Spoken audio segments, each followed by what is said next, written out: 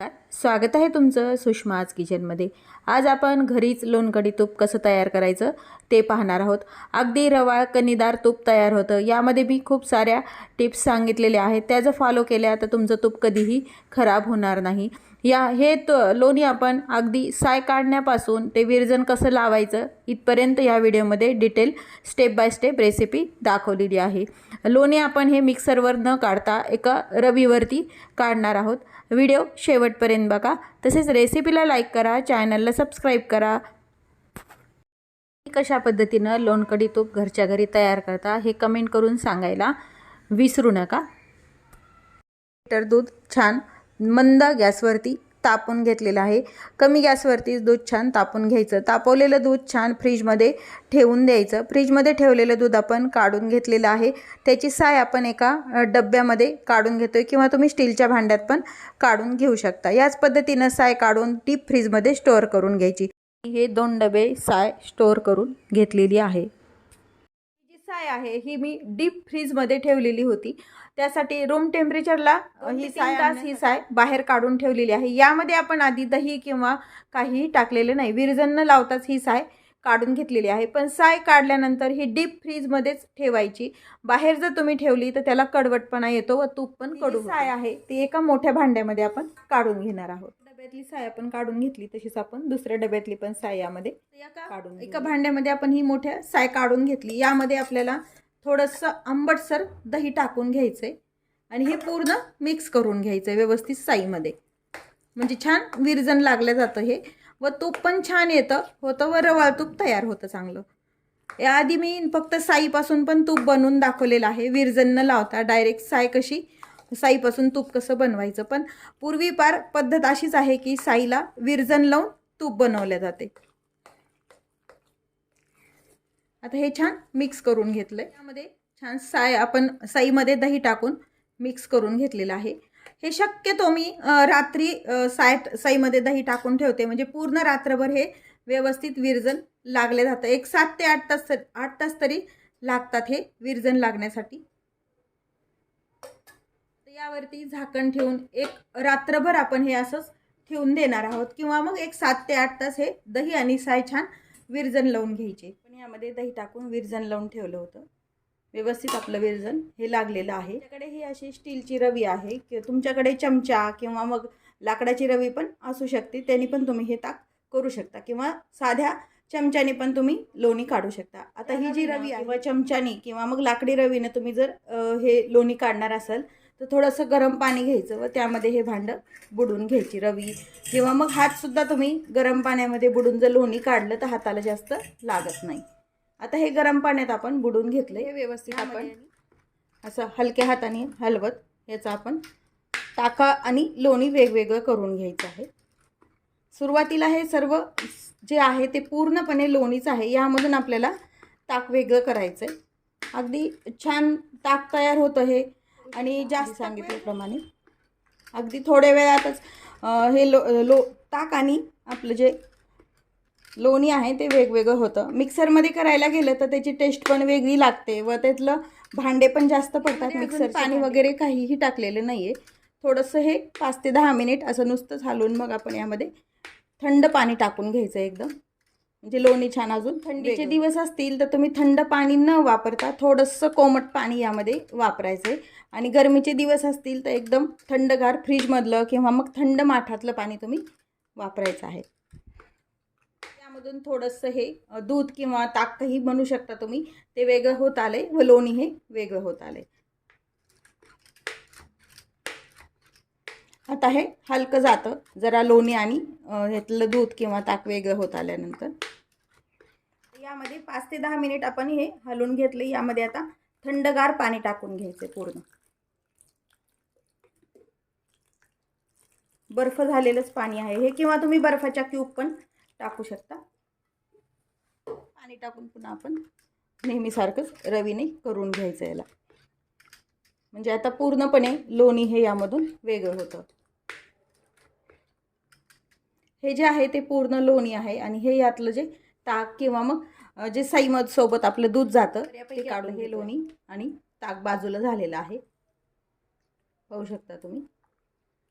लोणी निघालंय. अगदी 5 ते 10 मिनिटातच हे लोणी काढलंय आपण. जास्त वेळ पण नाही लागलेला आहे. साधारण 10 ते 15 दिवसाची ही साय आहे. 2 डबे भरलेले पूर्णपणे. आता यामध्ये अजून आपण थोडं पाणी टाकू. थंड पाणीच टाकतोय आपण यात. एकदा पाणी टाकून हे हलवून घ्यायचे म्हणजे अजून छान लोणी बाजूला निघतं. हे लोणी छान तयार झालंय.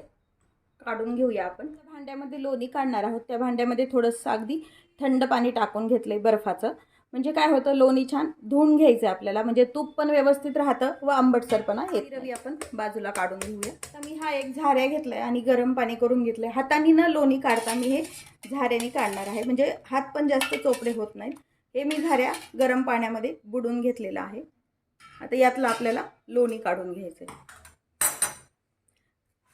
जसं गरम पाण्यात बुडवल्यानंतर रवीला आपलं लोणी कमी लागलंय, त्याच पद्धतीनं झाऱ्याला पण कमी लागतं. आता यातलं सर्व लोणी आपण असं थोडं थोडं करत ह्या थंड पाण्यामध्ये टाकून घ्यायचंय आणि व्यवस्थित आपल्याला हे धुवून घ्यायचंय. धुतल्यामुळे काय होईल, यातला जरासा जरी आंबटपणा शिल्लक असेल तर तो पूर्णपणे निघून जातो. आता हे सर्व लोणी ह्या भांड्यामध्ये आपण काढून घेऊया. साईडचं जे आहे शक्यतो हातानेच काढावं लागतं, त्यामुळे थोडंसं कोमट पाण्यात मी हात बुडवून घेतलेले आहेत आणि हे पूर्णपणे असं बोटाने किंवा मग हाताने काढून आहे. एका भांड्यामध्ये आपण काढून घेतोय, म्हणजे पातेल्याच्या जर तळाशी लोणी असेल तर ते पण आपण काढून घ्यायचंय. हे थोडंफार राहतं ते आता काढून घेऊया. हे जे लोणी काढून घेतले आपल्याला छान हे धुवून घ्यायचं. धुतल्यामुळे याच्यातला आंबटपणा कमी होतो व बेरी पण बऱ्याच प्रमाणात कमी निघते. आता मी आधी गरम पाण्यात हात बुडवलेला होता, आता थोडंसं पुन्हा गरम पाण्यात हात बुडवते. म्हणजे आता हे आपल्याला यातलं पिळून घेण्यामुळे आपल्याला हे शक्यतो हातानेच काढून घ्यायचं. आता हे यातलं निघेल तेवढं पाणी आपण काढून घ्यायचं असं दाबून.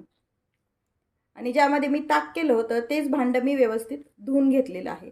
शक्यतो तूप हे जाडबुडाच्या भांड्यामध्ये केल्यामुळे काय होतं, करपले जात नाही व व्यवस्थित होतं. आता हे गोळे असे आपण यामध्ये टाकून घेऊया.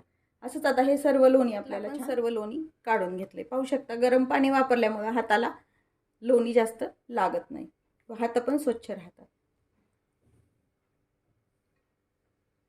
तर यातलं पण आपण हे पुसून थोडंसं जे राहतं ते काढून घ्यायचं. हे एकाच पाण्याने लोणी धुवून घेतलंय.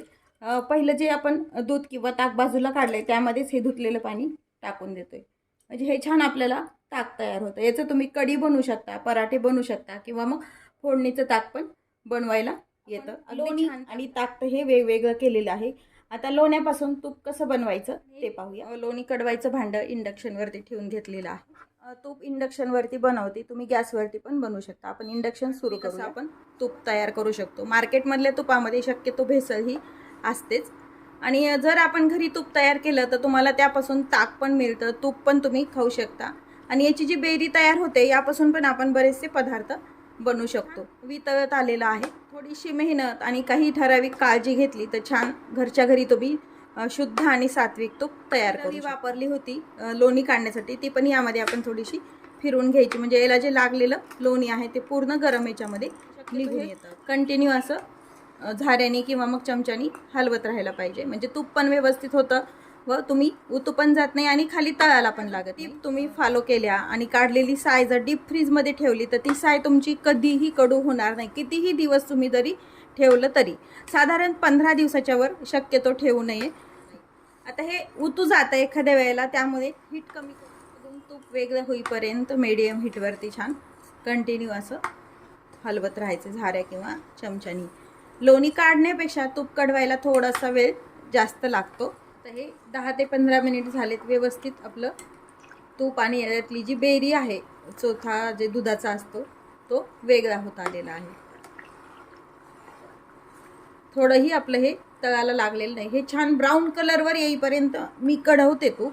काही जणांना हे असं कच्च्या कढ्याचं पण तूप आवडतं, पण शक्यतो अजून वेळ आहे कढायला. हे बेरी आपली अजून व्हाईटच आहे. ब्राऊन होईपर्यंत मी कढून घेणार आहे. व्यवस्थित कढून झालं, तूप कढवलं गेलं तर कधीही तूप खराब होत नाही व चवीला पण छान लागतं. आता या स्टेजला आपण यामध्ये एक चिमूटभर मीठ टाकून घ्यायचं आहे. मीठ टाकल्यामुळे तूप तुमचं छान रवाळ कलरवरतीच आपल्याला हे तूप करून घ्यायचं आहे. म्हणजे तूप छान टिकतं पण आणि वास पण छान येतो. एक वास येतो असा तूप कढवल्याचा मस्त असा सुगंध. आता हे हीट बंद करून घ्यायची आणि गरम पातेल्यातच हे जरा वेळ आपल्याला राहू द्यायचं. तोपर्यंत आपलं हे पातेलं गरम आहे तोपर्यंत अजून थोडंसं तूप छान खूप जण यामध्ये खाऊचं पान म्हणजे विड्याचं पान पण टाकतात. त्याने पण तुपाला छान सुगंध लागतो. आता हे तूप छान कडून झालेलं आहे. थोडंसं कोमट असताना आपण यावरती झाकण ठेवायचं. झाकण यासाठी ठेवायचं की तूप अजून छान रवाळ तयार होतं. एक 10 ते 15 मिनिटात हे व्यवस्थित कोमटसर होईल आणि मग आपण हे तूप स्टोअर करून ठेवायचं. 10 ते 15 मिनिट झाले, झाकण काढून घेऊया. तूप साधारण कोमट झालेलं आहे. तूप आपल्याला गाळून भांड्यामध्ये ठेवायचं आहे. काचेचं भांडं किंवा मग स्टीलच्या डब्यामध्ये तुम्ही हे तूप गाळून घ्यायचं आहे. तिला हे आपण थोडंसं कोमट असतं त्यामुळे स्टीलच्या भांड्यात तूप गाळणार आहे आणि नंतर हे काचेच्या बरणीमध्ये आपण भरून ठेवायचे. गाळण्यासाठी एक मी गाळणी घेतलेली आहे म्हणजे बेरीज ह्या तुपामध्ये राहत नाही, व्यवस्थित गाळणीमध्ये अडकून राहते. पूर्ण तूप ह्या भांड्यामध्ये बसलं नाही म्हणून मी रोज जे वापराचं भांडं असते तुपाचं त्यामध्ये मी ही बेरी काढून घेतली व त्यातलं असं दाबून तूप काढून घेत आहे. शक्यतो जे भांड्यामध्ये आपण तूप साठवतो ते भांडं डायरेक्ट न वापरता एका छोटं भांडं रोजच्या वापरासाठी ठेवावं. म्हणजे तुपाला पाण्याचे हात किंवा मग खरकटे हात लागून घेतलेला आहे रोजच्या वापरासाठी छोट्या भांड्यात आणि एक मोठ्या भांड्यामध्ये. ही जी बेरी आहे तुम्ही ही अशीही गूळ घालून खाऊ शकता किंवा मग भातामध्ये मिक्स करून खाऊ शकता किंवा बेरीचे बरेचसे पदार्थ पण बनवले जातात. त्या सर्व व्हिडिओ मी सुषमाज किचनवर अपलोड केलेले आहेत. तर ही बेरी अगदी छान खव्यासारखी टेस्ट राहते याला. आता हे बाजूला करून ठेवूया आणि हे थोडंसं कोमट झाल्यानंतर काचेच्या बरणीमध्ये आपण ठेवू शकतो. लोणकढी तूप तयार आहे. हे तूप तुम्ही भातावर अगदी अप्रतिम तूप मीठ साधं वरण भात खूप छान लागतो. तूप मेथकूट भात पण अगदी सुंदर लागतो. घरच्या तुपापासून आपण साजूक तुपातले कोणतेही डिंकाचे लाडू बनवा किंवा कोणतेही लाडू अगदी चवदार चविष्ट होतात. की तो कमी कच्च्या कडाचा असतं. आपण हे घरी छान पक्क्या कडाचं तूप बनवू शकतो. पातळ असल्यामुळे तुम्हाला रवाळ दिसत नाही. अगदी या पद्धतीनं बनवलेलं तूप अगदी कणीदार तूप तयार होतं. मार्केटचं जे तूप असतं ते कच्च्या कडाचं असतं त्यामुळे ते असं चिकट चिकट तूप लागतं. हे अगदी रवाळ तूप तयार होतं. आपलं तयार आहे. साधारण पूर्णपणे कोमट झाल्यानंतर मी हे तूप काचेच्या बरणीत भरून ठेवणार आहे. त्यावरच काचेच्या बरणीत तूप भरायचं नाही तर मग एखाद्या वेळेस गरम तूप जर आपण काचेच्या बरणीत डायरेक्ट ओतलं तर ती बरणी फुटायची शक्यता. कशा पद्धतीनं बनवता हे कमेंट करून पद्धतीनं बनवलेलं तूप जास्त दिवस छान टिकतं व याला बिलकुल व्यवस्थित कड आपण घेतलेला कढवलेला असल्यामुळे याला कधीही वास लागत नाही. तूप नक्की करून पहा. तसेच माझ्या चॅनलवर जर तुम्ही नवीन असाल तर चॅनलला सबस्क्राईब करा, लाईक करा, तसेच रेसिपी शेअर करायला विसरू नका. अशाच नवीन रेसिपीसोबत पुन्हा भेटूया. तोपर्यंत बाय बाय. खूप धन्यवाद.